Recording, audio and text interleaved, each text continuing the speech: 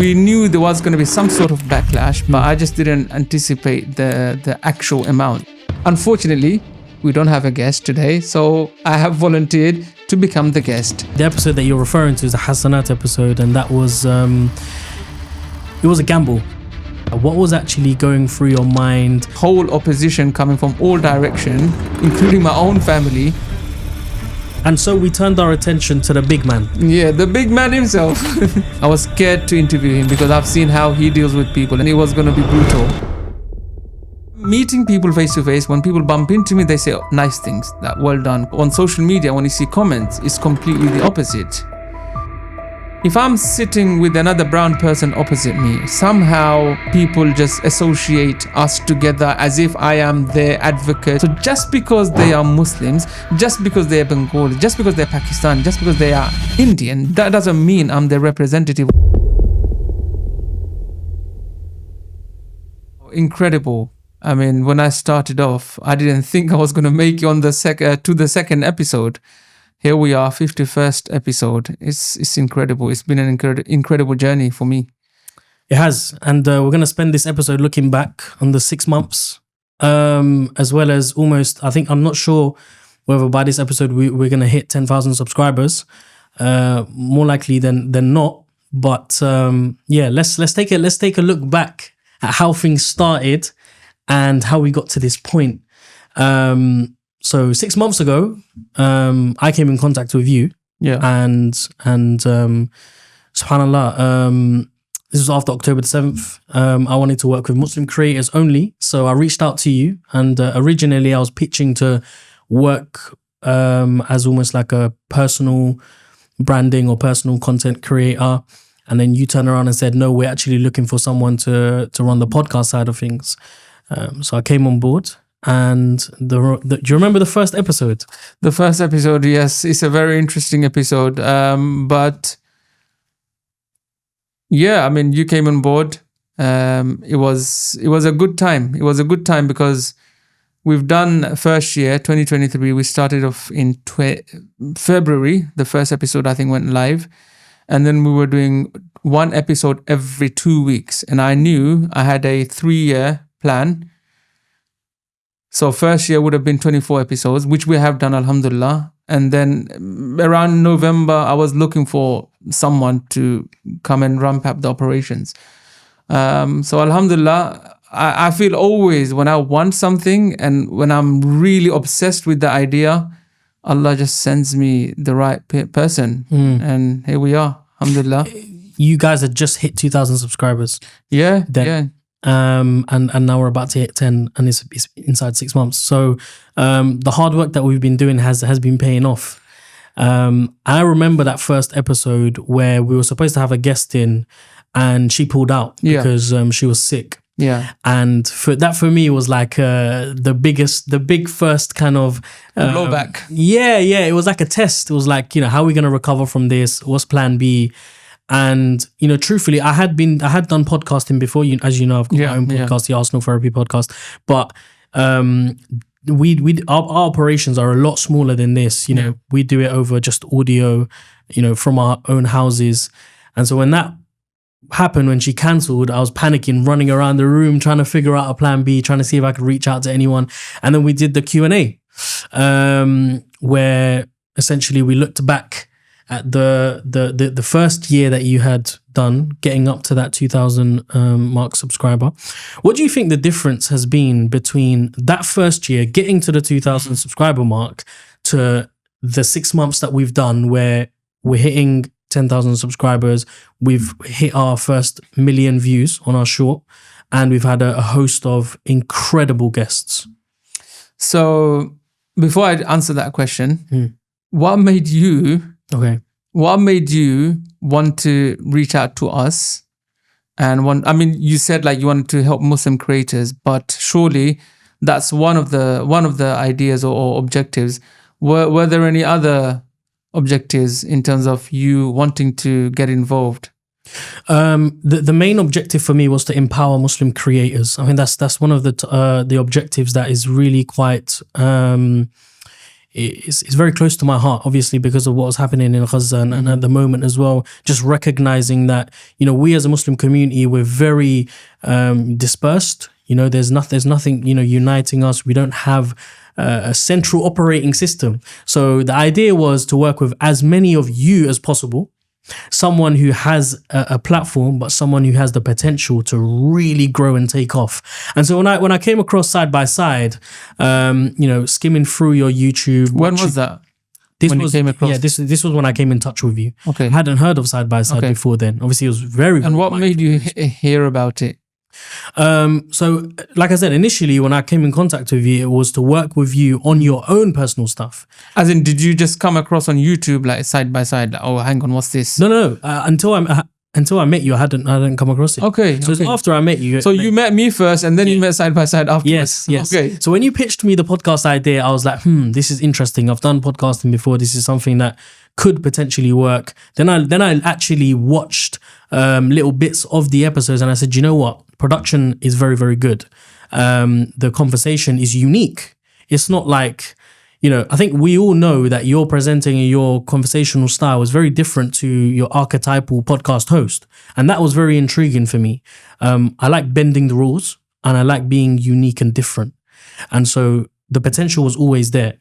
So I jumped at the opportunity, because here is someone who could be crafted into, you know, a really unique individual, but also to make you quite popular as well. And the need, because you're Muslim and you wear that, I think, identity, you know, quite proudly as well. Yeah. You don't shy away from the fact that you're Muslim as well, which is incredible, which is amazing. You know, these are the types of individuals I want to work with. So that's what attracted me. Yeah. So so in answer to your question, when we started working, I think December, we were just going back and forth in terms of what we're going to do, how we're going to do it, the contracts, agreements. And I think by that time, as you've said, we've already had some sort of frameworks established. You know, the show was already on the road, but it wasn't as fast. And I think it was planned that way, because I didn't want to run before I could walk. So when you did come on board, initially, obviously, I never knew you from before. Yeah. So I had to get to know you. Who is this person? Who is this person? What does he want? Yeah. You know, is he there? Because ultimately, I am going to be saying things on media. And if I am not sure about what I'm saying, then I could effectively incriminate myself. Because someone else said I should say something. So I was quite apprehensive to you know, I needed to understand who Farhan is and what does he want and what's his mission.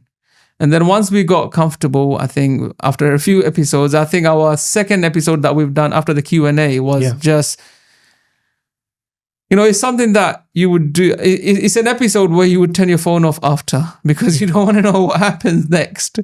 And I think it added a resistance to our relationship building, because here we are, we're starting something new, a new relationship, and then we've got a whole opposition coming from all direction, including my own family. And then that put a strain into our relationship, because I'm like, hang on, is this guy real? Like, does he have my best interest in his heart? Or is he just doing this so he can show his skills of getting the viewership up? And then that's effectively a demonstration of his ability. Was it that, or is he genuine? Yeah. That I remember that first the episode that you're referring to is the Hasanat episode, and that was it was a gamble. We knew it was a gamble. Yeah, guys, blame this guy, not me. we discussed it. We discussed it at length, and I pushed for it. I was very keen on bringing this individual in, because I believed that, number one, the episode was going to do really well. And number two, you made a very good point when you said that there are questions that still need to be answered. There are questions that he hasn't been held to account yet properly. But he was a bit of a ghost, because he was. Yeah, he disappeared from internet for a very long time. I mean, he was around, but it wasn't as popular because people just didn't want to know. Yeah, and that was another element which made me think this episode's going to do well, because No one had heard from him for a while. It would create a lot of intrigue, like, why is he here all of a sudden? But naturally, we knew we would get a lot of blowback from it because he was a highly controversial. I thought, okay, do you know what? We're used to getting about 1,000 views if it's a good episode.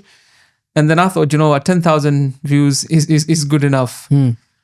But yeah, it was shocking. And I remember clearly after the episode, I said, guys, if you're going to drop this one, I better be away in another country because I cannot handle this pressure because I don't need this kind of pressure. I've got other things to do. And last thing I want is to drop myself into a situation, an unwanted situation. So I think that's what's happened. I was away, but that didn't help because I was constantly still checking the views and the comments and all the stuff people were saying on the internet. You had your family as well there, and and you know what? Let's face it. My family we were all together. Yeah. Normally in this country, everyone's dispersed in their own world. They're doing their own things. Back home, we were all together, so it's face to face.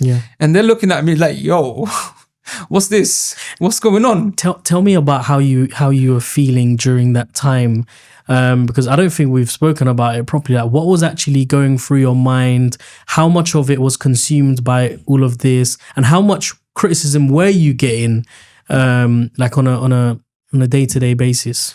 Man, it was a very, very tough 1 week, to say the least, because the next episode was it was going to be a good episode because we knew we had a good conversation at that episode, and it was a credible guest as well.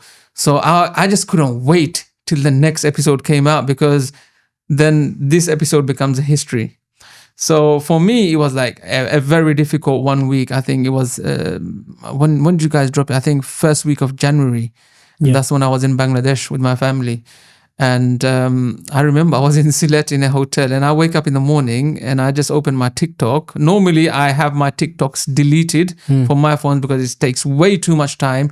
We just automatically start scrolling. So I delete all the social media apps from my phone. But for some reason in Bangladesh, I thought, it's leisure time. Let me install it and see what's happening. And then I opened my phone and I was like, what's going on? Like this trailer that you guys have dropped in London, it blew up. Yeah. And obviously people started commenting, people started messaging me, oh, why are you giving him a platform? And, all sorts, you are this, because you're giving a platform, you are like him. And obviously, I think the biggest worry was, what is my own family going to say? Because people say a lot of things in on social media space, in generally out and when you're out and about. To be honest, let me recorrect this. When I'm meeting people face to face, when people bump into me, they say nice things, like well done, carry on, congratulations. I love it. I listen to it while I'm driving home. These are the sort of things that I hear, which motivates me to move forward. But then again, on social media, when you see comments, it's completely the opposite. So that was a bit of a dilemma, but I just needed to make sure my family was okay with it, particularly my wife, because it is one of those episodes that can maybe make a lot of people angry. And I just didn't want someone to become malicious. And it has happened where people make fake accounts and they somehow do some investigation and they try and find who this person's wife is, and they will start sending them random messages saying, oh, your husband or this has been up to this and that. So I just needed to make sure my wife knew what was happening and that we have dropped this episode, and I've made her aware, like, look, if anything does come out as a result of this, then just know it's not real. It's because someone is trying to achieve something by causing turbulence within my own personal life. So as long as she was okay with it, she didn't like it. I just said, look, for us to get to the next stage, because ultimately we do need the viewers. Let's face it. Let's be honest. We do need the viewers, and to get the viewers, you have to give the audience what they want. And generally, from what I've seen making contents, people want either entertainment, people want education, or people want inspiration. if you are meeting all of these three criteria, then it's going to work. But at least you should have one. Either it's going to be educational, inspirational, or entertainment. So I think with this particular episode, I think it was more about entertainment from our perspective. It wasn't really, we knew it was going to cause quite a bit of a controversy. Yeah. And we knew there was going to be some sort of backlash, but I just didn't anticipate the actual amount. The amount, yeah. And look, to be fair, because it was quite early on as well, it was difficult to navigate that conversation. For example, if we were to record that episode now, I would roast him. Yeah. I would go the temperature crazy. would go from 30 degrees to 50. Really, oh my God. Now I'm a lot more. So some people say, even with the recent episodes, and I'm sure you'll ask that in a bit, why have you not asked the same questions the way you have with your other guests? The reality is, the truth is, I wasn't equipped. I was still new, and I was tiptoeing around the idea of having inspirational guests and educational guests, and just asking them questions, and I'm learning from it. I didn't ever do investigative journalism or podcasting, and I was like, whoa, because when you're speaking to someone face to face, if you're not experienced, and if they're quite convincing and manipulative, then you will fall into their way of, I guess, you let them steer the conversation. Yeah, they end up steering. But I did try and hold my self, and I did try and hold my guard. But he is very, I don't know. I wasn't strong enough. I don't think I was strong enough to handle such a conversation at that stage. I don't think there was anything particularly wrong with that conversation. I don't think there was anything that you did wrong. I just think that people were upset because you weren't strong enough, or you weren't more aggressive with him than you maybe should have. Yeah. But ultimately, the objective was met. Yeah. We got the exposure from it, which we needed. And at the beginning, the strategy... Oops. Sorry about that. At the beginning, the strategy was clear. Producer, this is what the producer does. I'm not used to sitting on the hot seat, guys. I'm sorry. But yeah, the strategy was clear. Like, we knew if we wanted to make SBS a success, there needed to be certain steps that we take in place. And one of them was making sure that we bring it close to home. Yeah. And we speak to as many individuals within our own community, whilst also making the episodes as interesting as possible. So the criticism is fair, but if you have a look at our track record and you see the other individuals that we have spoken to, it's a wide variety. It's less than 1%. The controversy and entertainment is, we try and make every episode engaging through our conversations and questions. But if you were to measure the controversy out of the 51 episodes, I think you'll find maybe max 3 episodes with some questions mark around it.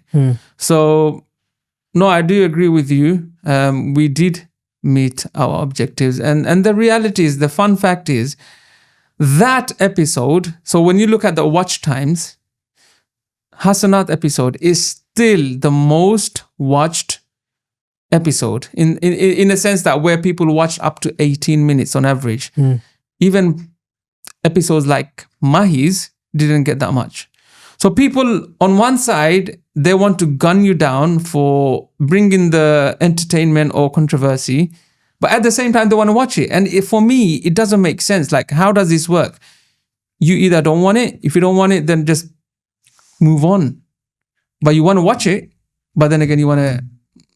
That's the reality of the internet, isn't it? I think, what we're beginning to get really good at is allowing that to become background noise, and focusing on the real objective at hand, which is creating value-driven content.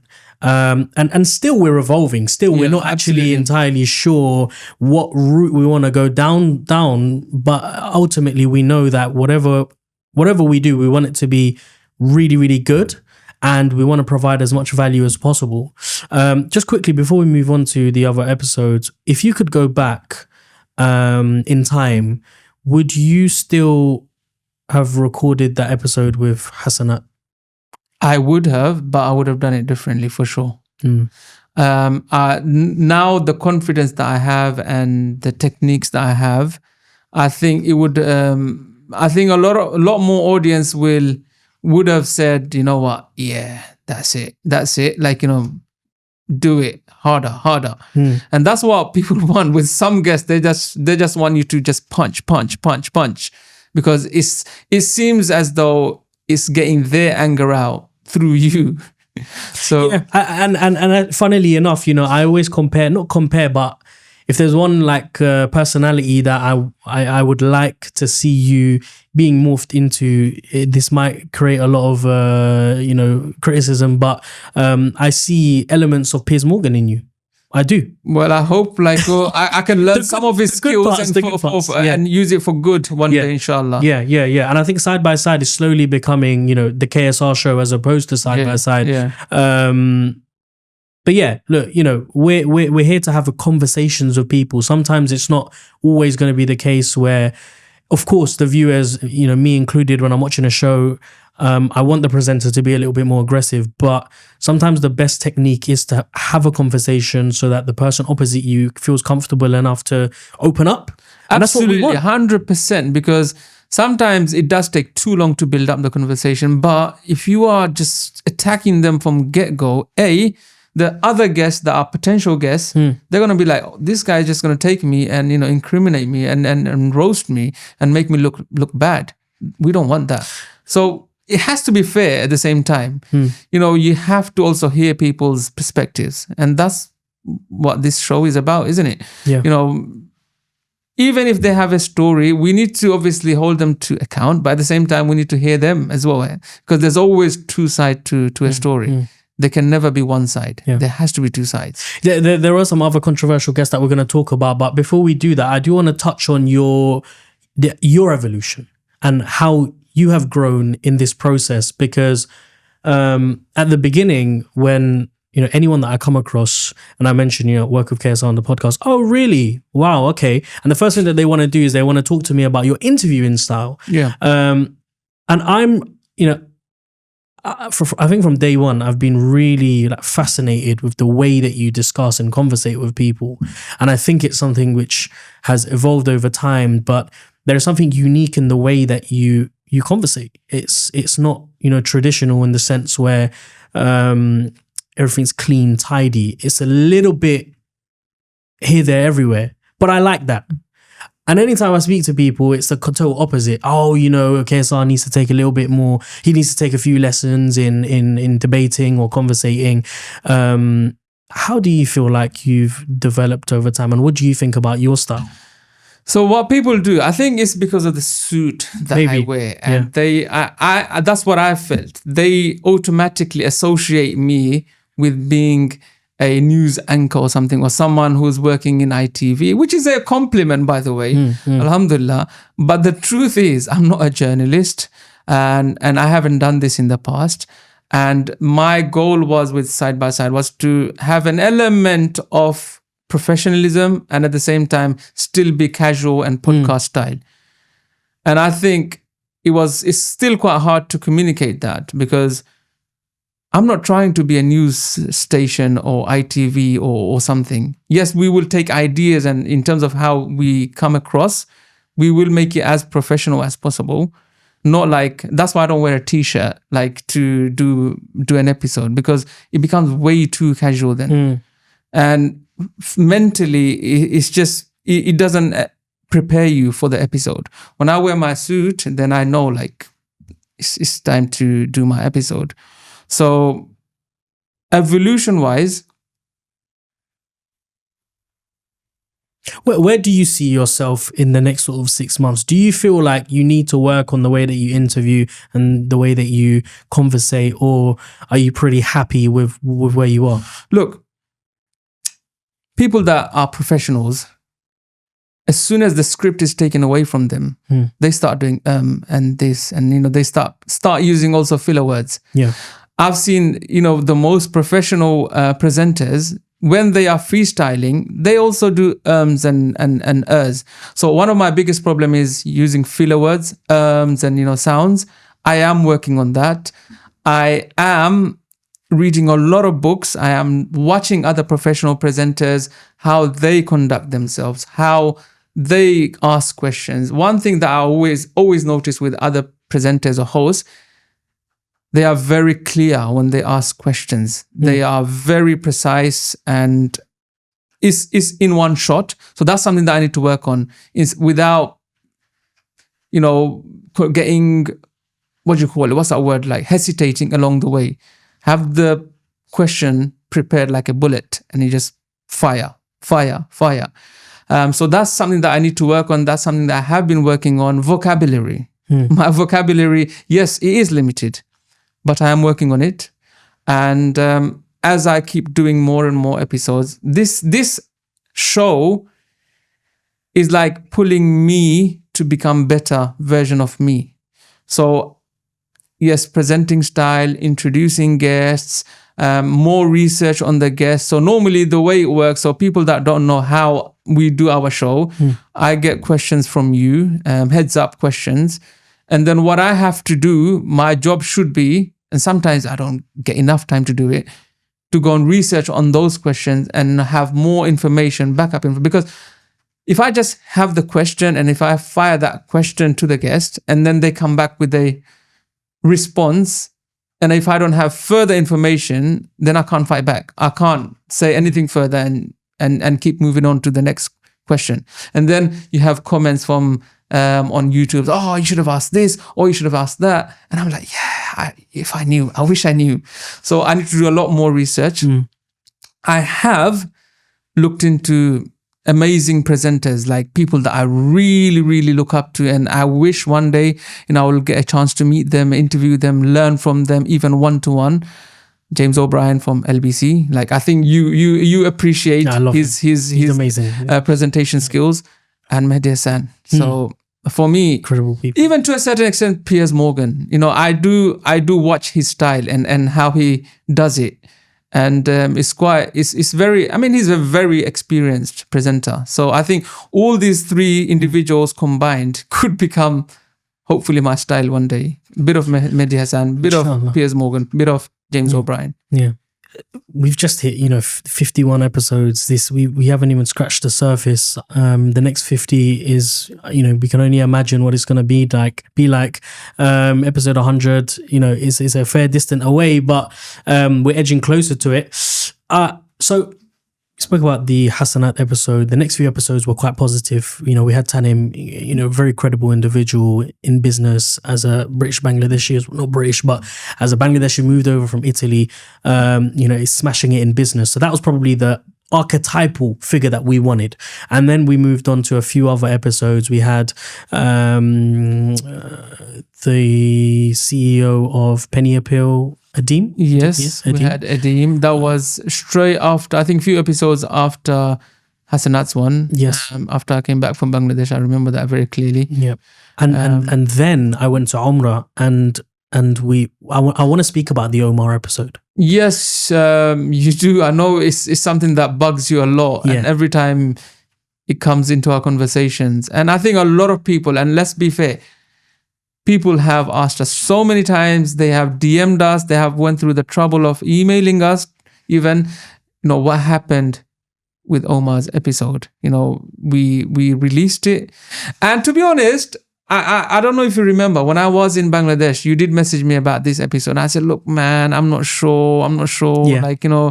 Because I was a bit confused, in terms of how does it fit in with what we're trying to do. Generally, my understanding is the guest profile that I have in my mind, someone that I would want to learn something from, someone will offer me some value. So effectively, you are having a guest in front of you for an hour and a half, up to 2 hours, you can ask them whatever you want and you can learn whatever you want. So my problem was what can I learn from this guest? And that's where there was a pushback, but you kept on persisting. You kept saying nah, let's do it. It's going to be good. Yeah. So unfortunately, from a producer's point of view, we focus on trying to maximize the discoverability and the exposure of the show.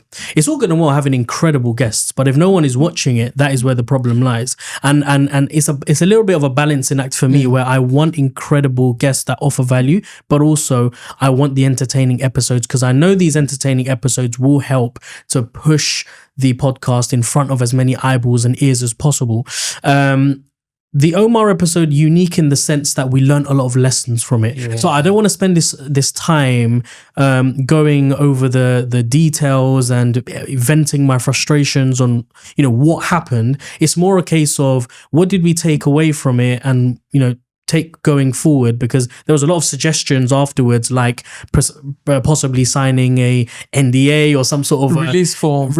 Yeah. That's it, where when you sign the contract and you're not allowed to pull away. So for those that don't understand, that don't know what happened, we had a guest on, Omar, and the guest wanted the episode to be pulled off because of some differences, and we were forced to take it off, and in doing so we suffered. The next 2 episodes we suffered heavily, and I think it looked bad on the 2 guests that came afterwards as well, because they are credible guests in their own rights, and because of Nadia Khan, and Nazia Suleiman and Suleiman Raza, and I think not Suleiman Raza, Suleiman. Yeah, it's Suleiman Raza. Was it Suleiman Raza? Yeah, it was Suleiman Raza, and I think that one suffered the most because as an individual, he's got a lot of accolades, and there's a lot of things to talk about. But I was very disappointed that, I was in the dark, to be honest. At that time, I didn't even have the YouTube Studio app on my phone, so I didn't know what you were on about. I didn't know what you were talking about. I was like, what is this guy talking about? What punishment from YouTube? And then when you showed me the impressions, because what happens with YouTube, they have a element of impressions where they try and promote the show to the relevant audiences. And if people don't guess, people don't click, then it shows to them that it's not a good conversation. So with those particular 2 episodes, the impressions just went down. It went plummeting right to, I think, level 0. And which we later realized the cause was because we interrupted the normal schedule of releasing an episode every Friday. The behavioral pattern was interrupted, and it's so bad to the extent where Suleiman's episode doesn't even have 1,000 views yet. Up until this point, so it was a really big learning curve for us, and I guess from my own point of view as well, I needed to be a little bit more selective with guests. I needed to be a little bit more critical in that decision-making process. It is what it is.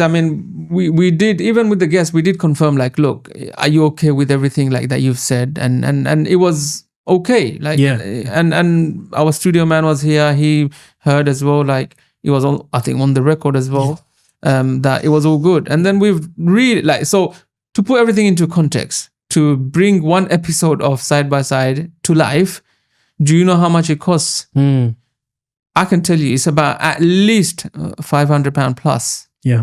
Including the producer cost, editing cost. And one thing you'll notice with our episodes, we come up with a trailer to, it's something personal to me. I really enjoy those trailers because it just looks so good. Hype. It builds the hype. So editing, we invest quite a bit of money, and studio itself, we don't own our studio, and I don't think I intend to own a studio anytime in the near future, because this works. It just works around the setup that I've got, and it's perfect at the moment. So £500+ each episode, and it does hurt, when you are forced to effectively take it down. It's not nice. It's not nice for anyone, especially, the hard work that we put in with our creative ideas. You mentioned the trailers. That was a very good trailer. It's also, when we have a projection, when the upwards trajectory is showing us that we're in a positive path, and then it gets interrupted, and then all of a sudden we're battling to survive, number 1, and number 2, recover. But we recovered tremendously. I think in the guest defense, we did make some mistakes. Yes, we did. He said certain things not to be used in the captions, and to be honest, he did reach out to me. You were in Umrah, you were unavailable, so he reached out to me. I edited where I could, and certain keywords remained in some of the short forms. And I think that's what really annoyed him, because he was at Umrah at the same time. And I think he was getting calls from right, left and center. And he couldn't handle the pressure because he's gone to obviously meet the Lord and, do the Umrah in a peaceful way. And here we are, we've got this episode that's just causing havoc. And I think Friday, nothing happened. Saturday, nothing happened. It was just, I thought we could have done better with that episode. And then Sunday, it just blew up. I'm like, whoa, like what's going on? And everyone's commenting. And then, so in his defense, we made some mistakes. And I think we should have really just stuck to his instructions. And maybe we should have been, knowing that the severity or the what do you call it? What's that word, man? When something is very volatile. Knowing that, we should have been more careful with our caption. We should have checked with him, like, look, are you happy with this going live? Then maybe we could have still kept that episode. But then again, when you do the captions, you have to make it enticing enough for people to want to watch. You have to make it clickbaity, otherwise someone's going to click on. But I think the guest also underestimated the interest that he had from the wider audience. I was like, so many people are inquiring, like, what's going on? Like, what is the interest? So I think he underestimated his own interest with the audience. Yeah, it was a pretty big deal. Obviously, his story was exclusive as well. It was an amazing story, by the way, towards the end. And people really, really appreciated the story. And I wish the guest is watching and he says to us, you know what, boys, let's release it. Let's make it live again. Well, that ship has sailed. And I was talking about the recovery. I feel like that needed to happen though. I feel like in order for us to have learned as much as we did and also behave the way that we have done with other guests and do our due diligence, that needed to happen. 100%. It was true. And the episode which got us back on track was the most unexpected one. It was the one with Ridwan Hussein. I was like, I didn't understand how that worked either. I mean, I thought Adim Yunus would have created some interest, because a lot of people have interest about his area of work, line of work, but that didn't happen. It probably, was it because of the algorithm, or was it before the algorithm issue? I don't know. Adim one was before the algorithm issue. So Rizwan one just was. There was a lot of interest from, I think, the you got a lot of criticism from that. 100%. 100%. I think you learned a lot from that episode. I learned a lot. I have to be more empathetic. I mean, I was empathetic, and I think the editor can be quite sneaky sometimes. His name is Ben, by the way, and he's a journalist. He studied journalism, so he knows what he's doing. And to make it more interesting, sometimes he just misplaces certain, like, little bit, tiny bits. But I learned a lot, and I have to be a lot more attentive. And I think, in my defense, sometimes you're so overwhelmed, because you're thinking, what's next? What am I going to ask? Like, how am I going to ask the next question? And sometimes you even forget what you've asked. How I'm feeling right now. Yeah, exactly. So that was a good episode though. And I think that showed us that what we need to do is we need to focus on niche guests who are... who the audience are aware of, but they haven't seen them. And so we turned our attention to the big man. The big man himself. That episode was always going to perform well. And I think we knew that, but it was getting him in the studio, which was quite difficult. We were back and forth. That was a nightmare. So we started the process while I was in Bangladesh in January. And I think by the time he came into the studio was, I think, March or April, was it? Yeah, something like that. So it was 3 months of, I mean, you kept on pressuring me and like, listen, man, like, speak to your guy, like, speak to his people, let's get him in. And I was like, what's, like, come on, like, Mahee can't be that famous. And maybe to a certain extent, I was scared to meet him. I was scared to interview him, because I've seen how he deals with people and how he does his shows, and it was going to be brutal. Hey guys, I hope you have been enjoying today's episode of Side by Side with myself, Kazi Shafiqur Rahman, and our producer, Farhan. If you have been enjoying today's conversation, please do consider subscribing to our channels on the platform you are tuned into, because it is your subscription that motivates us to keep edging forward episode by episode. Now let's get straight back into the show. and I tried to maybe push it back as much as possible.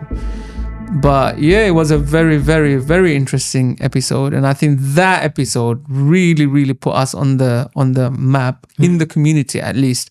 And when I mean community, I mean like, you know, Bangladeshi, maybe Pakistani and Indian community to a certain extent, across the world, not just the UK. While YouTube shows only maybe 60,000 views, but when you put all the views together, because some people watch the shorts, they don't really watch the YouTube channel. Yeah. So I think combined, it reached a huge audience across the world, America, Europe. Yeah, because the shorts did very well. Yeah. They I think a lot of the shorts that we put out, 100,000 plus. Yeah. And you know, I couldn't quite put a finger to it. I don't know. I mean, I knew it was going to do well. Yeah. I always predicted that this was probably going to be the best performing video, only because of him. Yeah. Because of the character that he is. And I remember sitting on that seat behind the cameras. I walked in, I was a little bit late, I was about 5 minutes late. Yeah. You guys were mid-conversation. I sat down, and in the first 2 minutes, like, my jaw dropped. I couldn't understand how a human like this exists. He's like such an enigma. The way that he talks, the way that he carries himself, the way that he just projects that aura. Yeah. And then but the viewers didn't see what we saw, which was after the episode. Oh my god. And you would think that maybe someone is putting this on for a show. Yeah. But after the cameras are off, he's exactly the same person. Literally.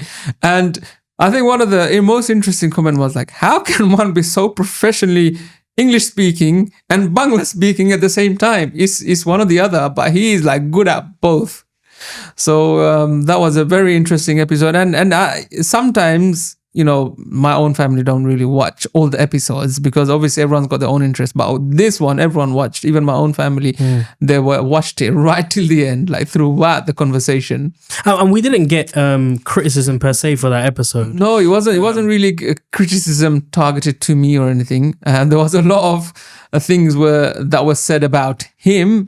And I know he's been monitoring all the comments through his assistant, because I think he instructed his office assistant to keep an eye on all the comments that have come in. And I know afterwards we've had some exchanges, and he said he was aware of it, and maybe, you never know, maybe if the guests if the viewers want him, maybe one day he will come back and, you know, clear up some of the comments and questions. Yeah, I think a part 2 is pending, and I think that's what people want to see. But a similar profile of guests that we had in soon after was Mahee Tijani.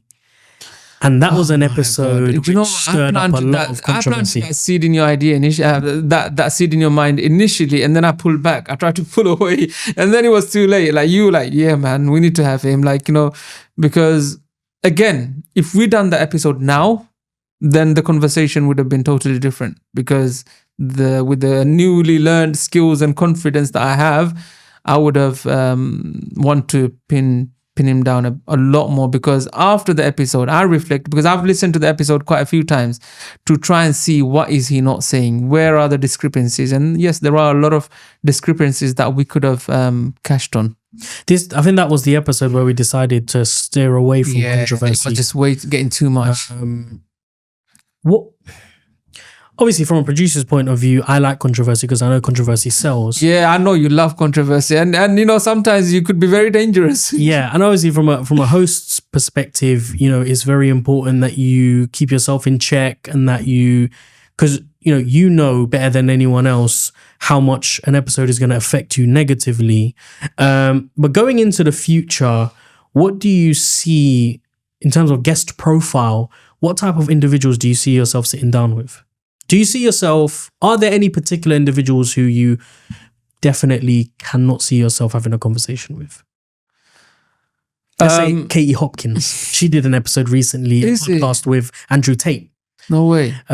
Which was really surprising. I would have a conversation with, just to understand, is it what she does on media, is it a show? Or is she the way she is? Because I know Dili Hussein done an episode with Jada. That, yeah. And I'm like, no, this is a different person, because the way, what they saw, the sound bites they show on media is just completely opposite. And even to a certain extent, we had a recent guest. I was hoping he would be disagreeing with me, but unfortunately, he was just agreeing with me with a lot of the things that we were talking about, the political candidates. So I just feel like sometimes it's curiosity, like, is that person really that person? Surely they can't be hating Muslims and certain people like that much. Like, surely it's just a show. Or maybe there's an element of hate, an element of show. So yeah, Katie Hopkins, why not? So from that answer, I get the impression that those that are critical of Islam and Muslims, we can have a conversation with because there is a way to understand the broader problem. But within our community, the Muslims that are stirring up trouble, maybe it's a good idea to stay clear of them. Yeah, because what happens, so this is another dilemma, inner dilemma that I face. It's like, if I'm sitting with another brown person opposite me, somehow people just associate us together as if I am their advocate and their representative and their spokesperson. However, if that exact same person was, say, a white-skinned person or other color, they will automatically accept them as a guest. So just because they are Muslims, just because they are Bengali, just because they're Pakistani, just because they are Indian, that doesn't mean I'm their representative or their advocate. So yeah, I think while it's sad, but we just have to do it, because ultimately I do have a profile that I need to maintain, and I have a family profile that I need to maintain. So there's a lot of restrictions how I navigate this. And you come from a very respectable family, and your brothers are hugely successful, and you have an image to maintain. But I think you'll be glad to know we're both quite happy, because phase 1 is complete. Phase 1 is the first phase was talking to guests within our own community and then slowly branching out. And one of the very surprising individuals who we spoke to, who gave us our first million, was Lali. And that was a suggestion made by you, and it was me who was opposing quite hard on it. I just didn't see the intrigue at all. And despite the episode itself not performing super well, she gave us our first million views in the short. 1.5 on TikTok. The only other video that did incredibly well was me doing Azan on Tower Bridge, which was 2.2 something million, but not from a podcast conversation. So Lali was one of those hidden gems. And to be fair to Omar episode, it did come on the back of that. So we got something in the end. Yeah, we did get something in the end. And I think that episode showed us a sign that, we need to broaden our horizons, and we need to talk to... There's a huge world out there, man. Like, if we can have those sort of interesting conversations where someone was treated unfairly, someone faced some difficulties, challenges, and they still have some sort of relatability with our audience, I think these conversations would really, really propel our exposure. Yeah, it's going to happen soon. It's natural. And this is why I see SBS being more of the KSR show rather than SBS. Are you planting seeds in my head at the moment? I'm just saying, I think, it's worth explaining that when viewers are watching, I think a lot of people are as intrigued into, watching you as they are the guest. So we have had a varied amount of guests, and some high profile guests, and one of them being Ish. But that episode didn't perform well at all. Why do you think that the Ish episode performed so poorly? So what I've learned from that episode, because every episode teaches us something, we learn a lesson, or we have some ideas that we can implement into more future episodes. So my lesson from that episode was, I think the timing was perhaps wrong, because we recorded the episode before his backlash came from the comments that he made. Okay. Controversy. Yeah. So, but we couldn't interrupt our scheduling because he made a comment elsewhere and he was getting sticks for it. So we needed to carry on with our schedule. And I think what happened was, it could be two things. One, because people really were just not interested in him or in what he had to say. at that moment in time. Secondly, the second option could be that people want something else from us, from our platform. People want maybe education. People want maybe inspiration. People want some entertainment.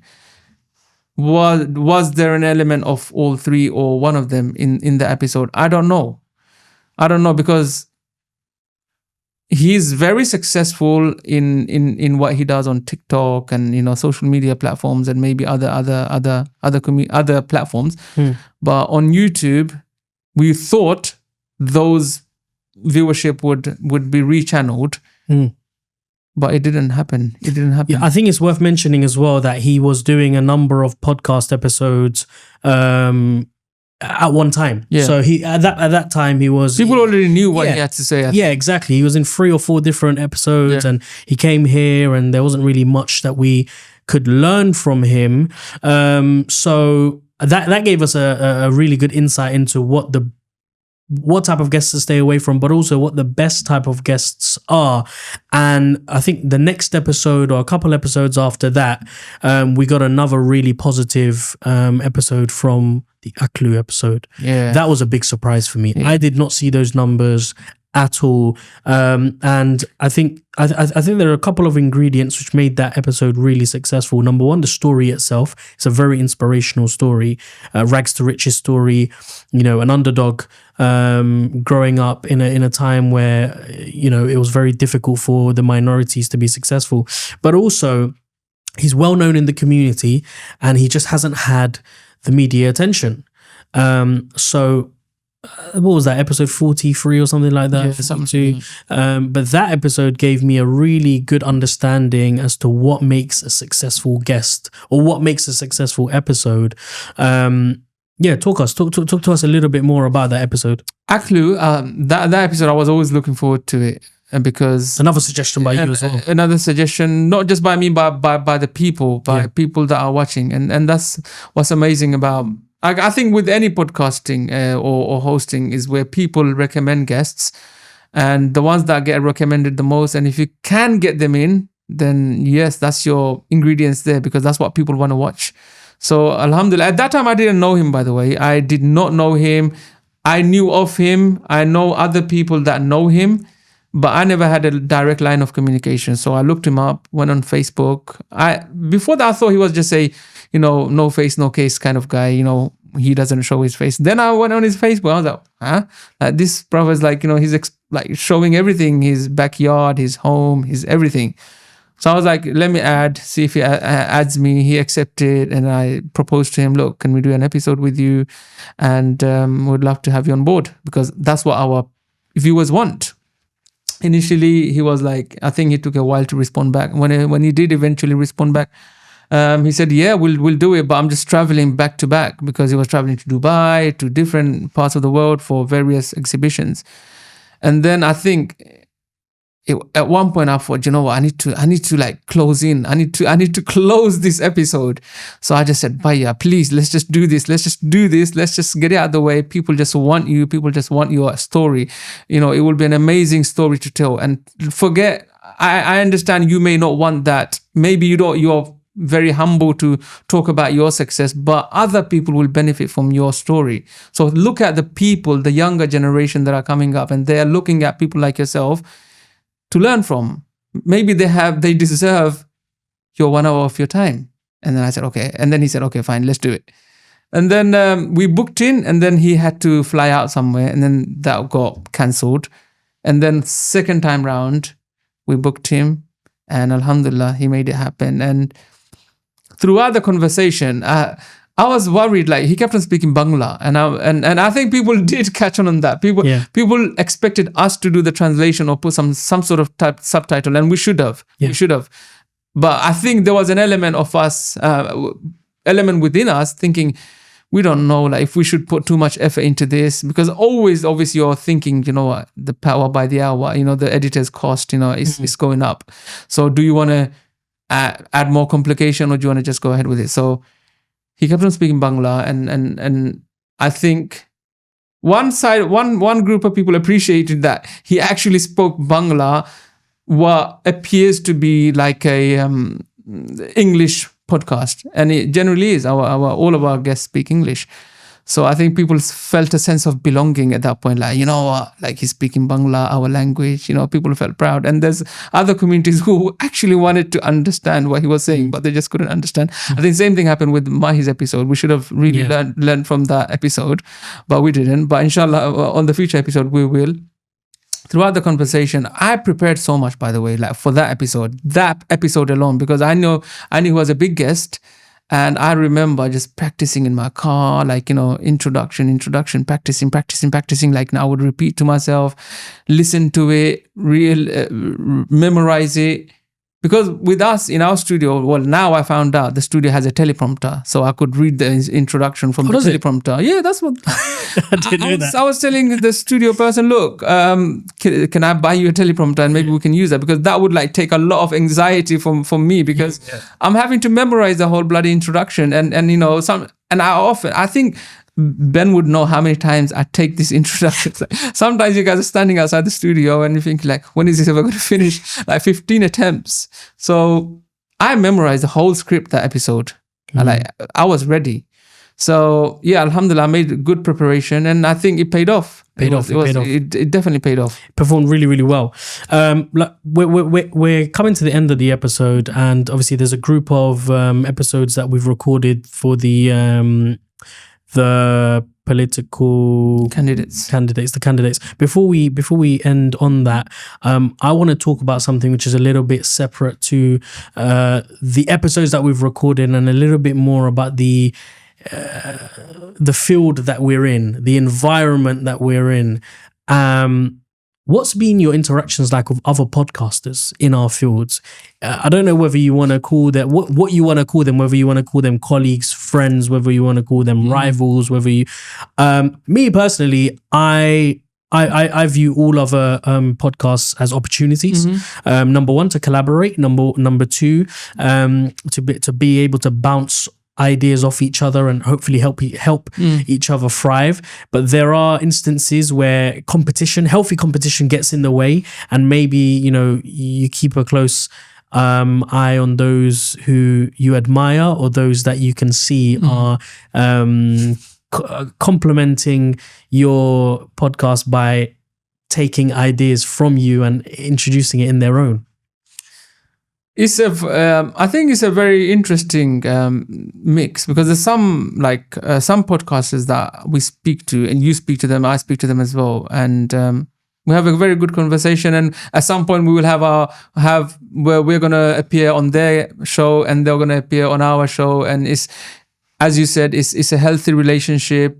You know, we're working together, and I think that's how it should be, because ultimately people will watch something. It's either going to be one of those episodes, or they're going to watch Netflix, or they're going to watch something else that interests them.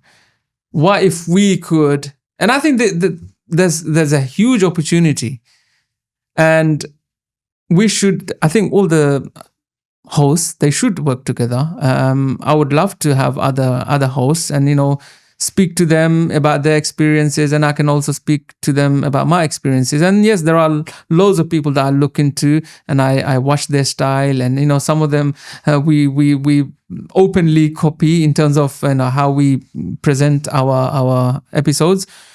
So there's always something to learn, and if someone learns something from us, our humble journey so far, then fantastic, why not? Because ultimately people will watch someone, they will watch something, and that's the world we're living in. It's a content world.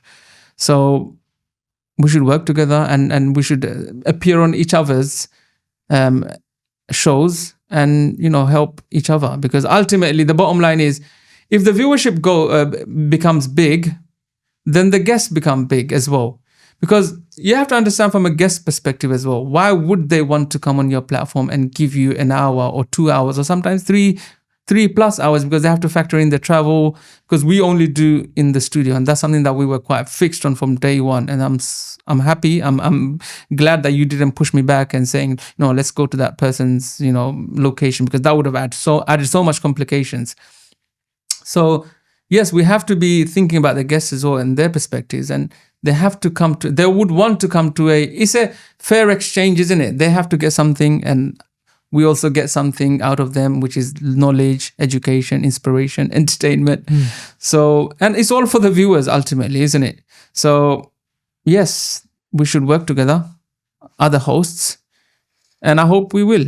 Have you had anyone who has rejected a proposal? I know you're trying to refer to. You're trying to steer the conversation. No. I'm just, I just think it's fair to portray, the realities of the world that we're. There's only one. There's only one that we tried to speak to. I'm not gonna. There is one that I tried to speak to, and I think we were also in our early days, and they probably thought, oh, they just want my audience to watch their show, and it will become a competition, and we're going to take away audience. There is no such a thing as taking away audience. People that watch James O'Brien, they will watch James O'Brien because they like James O'Brien and the way he does things. People that watch Blue Tick podcast, they will keep on watching it. People that watch Blood Brothers, they will keep on watching it. Maybe they might miss a few episodes because they don't find the particular guest interesting, but they watch. They have a host of shows that they tune into, and I think it's not a big deal. I think people are wanting. I think if there was more podcasts and more value given to the audience, then I think the people will watch more. People will appreciate more, and I think that will also help steer how people view certain things, certain things happening around the world. And I think we can, because that's what media is doing, right? They are steering the narrative. Yeah.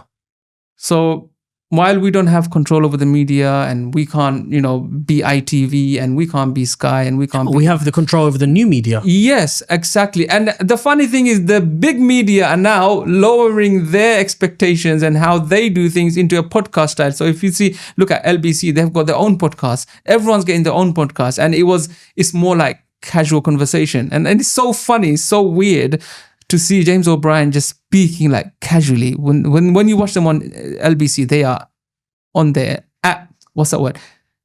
In the element. But when you see them like just speaking like us, it's very strange. It is indeed. Okay, look, we're approaching the end of the show. The final thing that we want to talk about is the last few episodes which we've done, which has been talking to political candidates in Bethnal Green and Stepney, which happens to be the borough that you live in. Yeah. And I think this has been a really special journey for us, because we have been able to steer the influence in politics without having to directly be in politics. And that's something which is quite beautiful.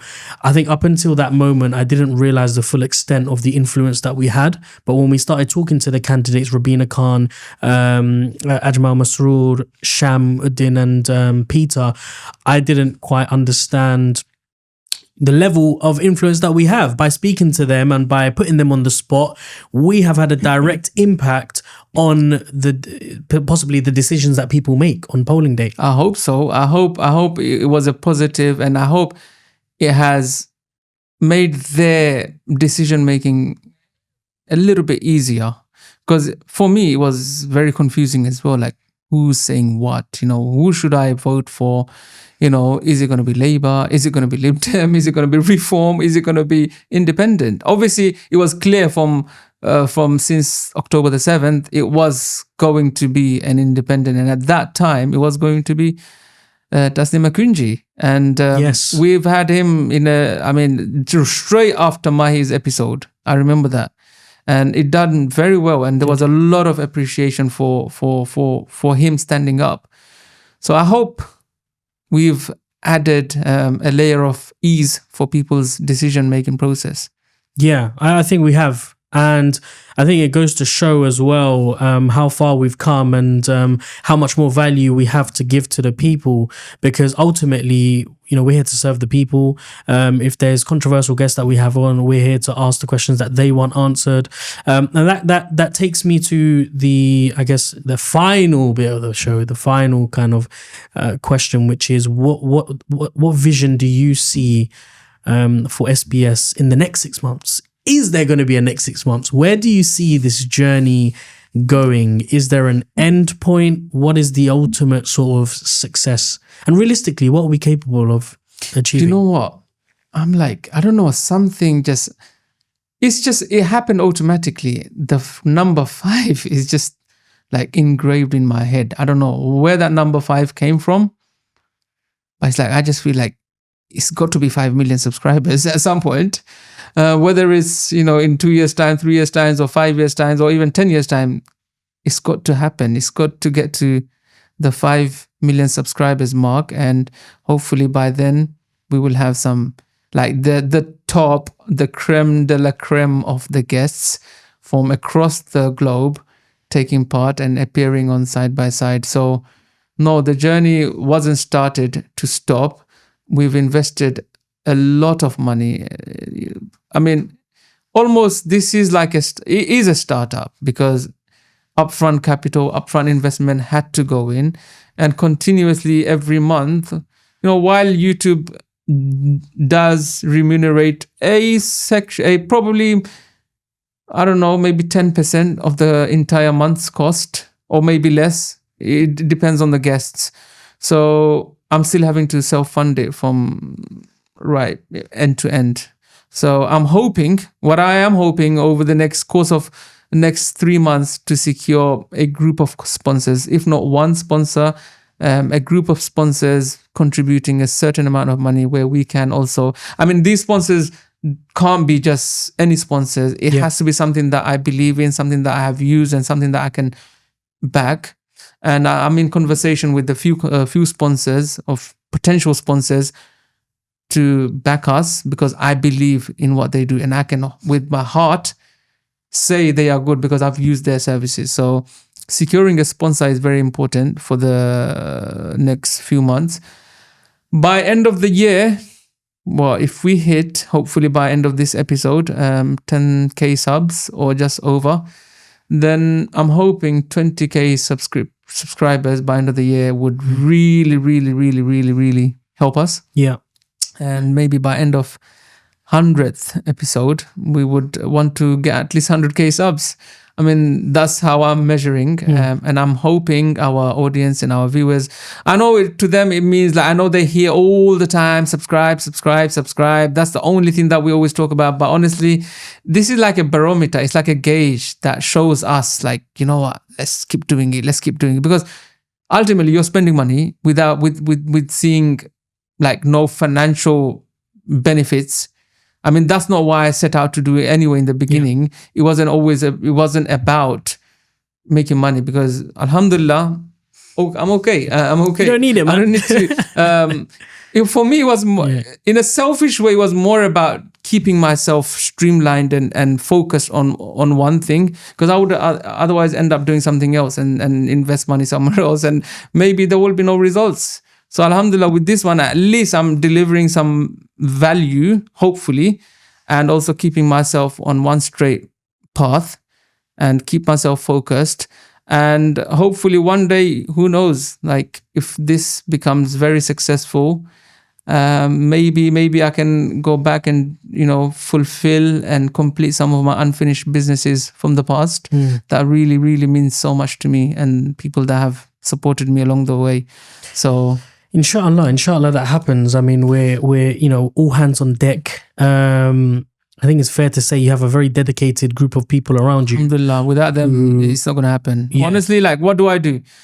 For me, the beautiful thing is when I'm like out and about, roaming about, doing my stuff, my business, I see the episodes going live. That's the most incredible thing for us.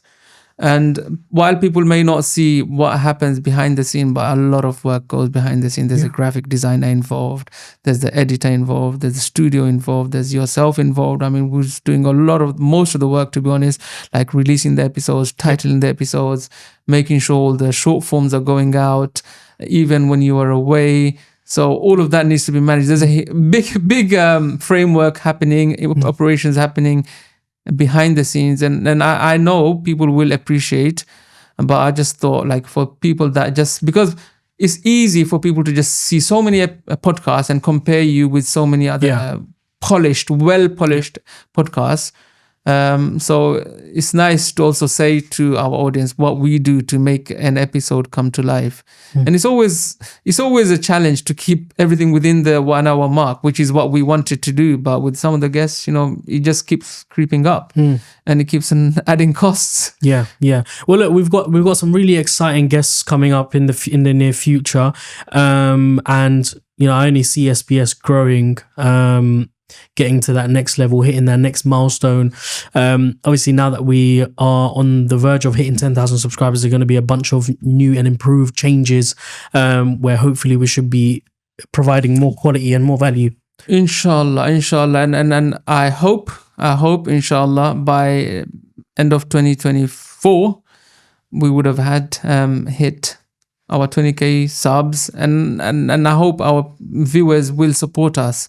We don't make money from subscribers. YouTube doesn't necessarily reward us just for having subscribers. You've got so many shows that have like 100k plus subscribers, but they don't get the views. Yeah. So the work is actually what happens on the show, and the guests and the conversations that we have.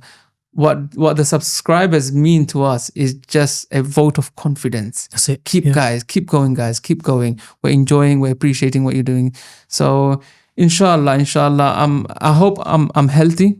Yes, I hope Allah important. keeps me healthy and I can keep talking to amazing guests. And if our viewers have any personal connections or even arm's length connection with any incredible guests, then would love to, hear from them. And if they can, help us secure the guest, then that would be amazing. Because we've got some really good, we still haven't finished, interviewing some of the top guests that we've got on our list within our community. Yes. Before so we haven't even touched onto Pakistani community, the Indian community. We're still hovering around the Bengali community. And then we've got other parts of the world like Middle East, USA, Canada. There's so many other guests that we need to tap into. So inshallah, I think it's going to be really exciting. And I didn't know Side by Side is going to take the shape the way that it has. I thought I'm just going to be another podcast just talking for the sake of talking. There are some out there and there are some that deliver really inspirational value, but I think the uniqueness that we've got, it really shaped itself into I don't know. It's like you've got Bengali television channels. They're not really focused on YouTube. But what we've done, we've effectively kind of captured certain type of audience, but brought them onto YouTube, and it made its own niche. So yeah, I was like, well, that's quite interesting. I never thought, I would become possibly the only Bengali doing a podcast with the Bengali community guests. I think so. That's your USP at the moment. But as we know, over the last 6 months, continuously evolving, continuously growing. So I'm really, really excited to see what's next for Side by Side. But you'll have to tune in, in another 6 months to find out where we are then. Before we end, just a quick few questions, quick fires. You're the ones that usually asking the guest. This time I'm going to be asking you. So, what's been your most favorite guest on the show? Wallah, that is so difficult. Can I not? No, you're gonna have can to I pick skip one, that question? Because okay, one of your favorites. One of my favorite. I've got many. I think all my guests have, honestly, wallahi, I've learned something one way or another from each guest, and I think our people or audiences have as well. And hats off to all my guests. And this is not me being political and trying to be diplomatic. Wallahi, I really appreciate our guests. Without them, this show wouldn't happen. But one of my top 10, I would say, top 10 guests would have been, I guess, Muhammad Ali from Islam Channel. I worked incredibly hard to get him on board because he's not a public-facing person.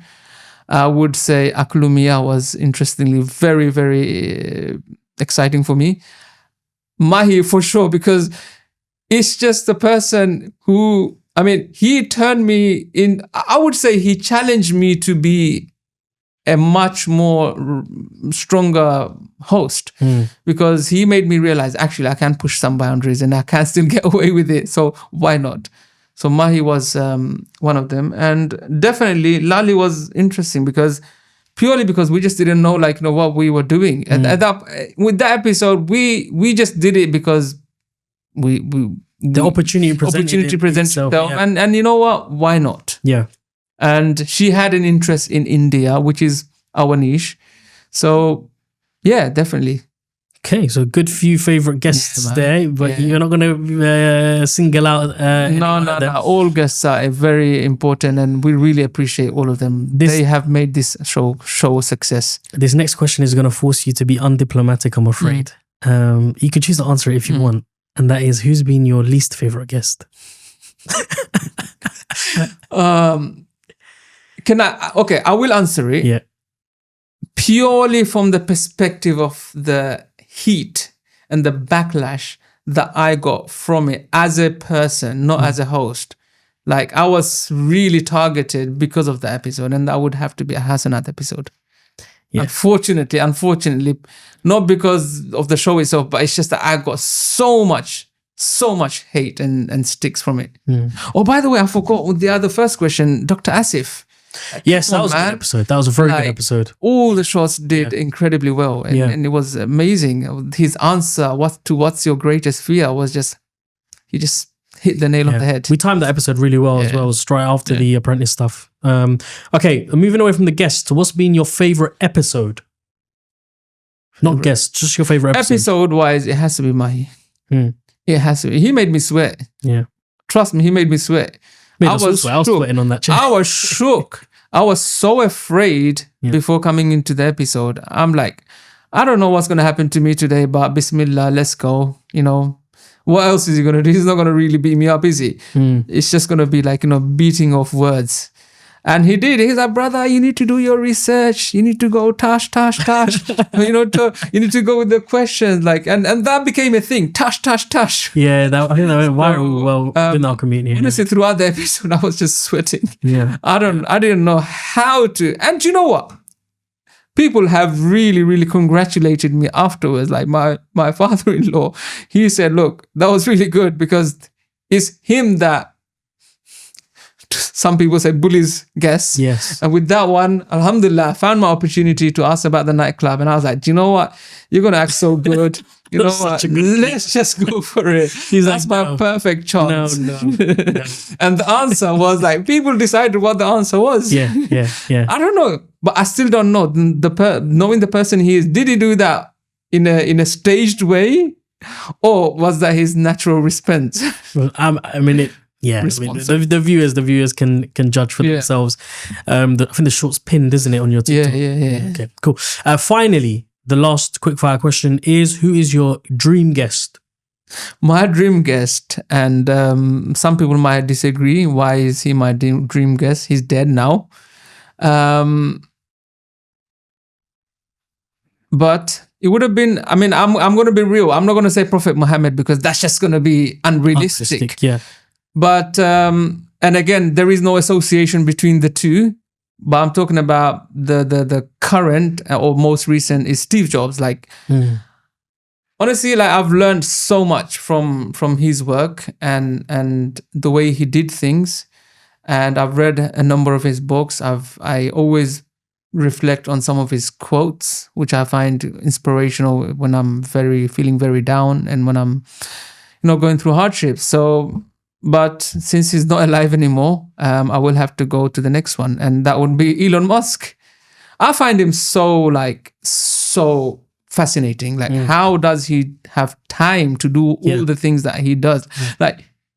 There's one thing launching businesses and, being very successful and multinational, but there's another thing where you launch space business where effectively you become a DHL to the government that sends, rockets to space. And the way he turned that around, it was incredible.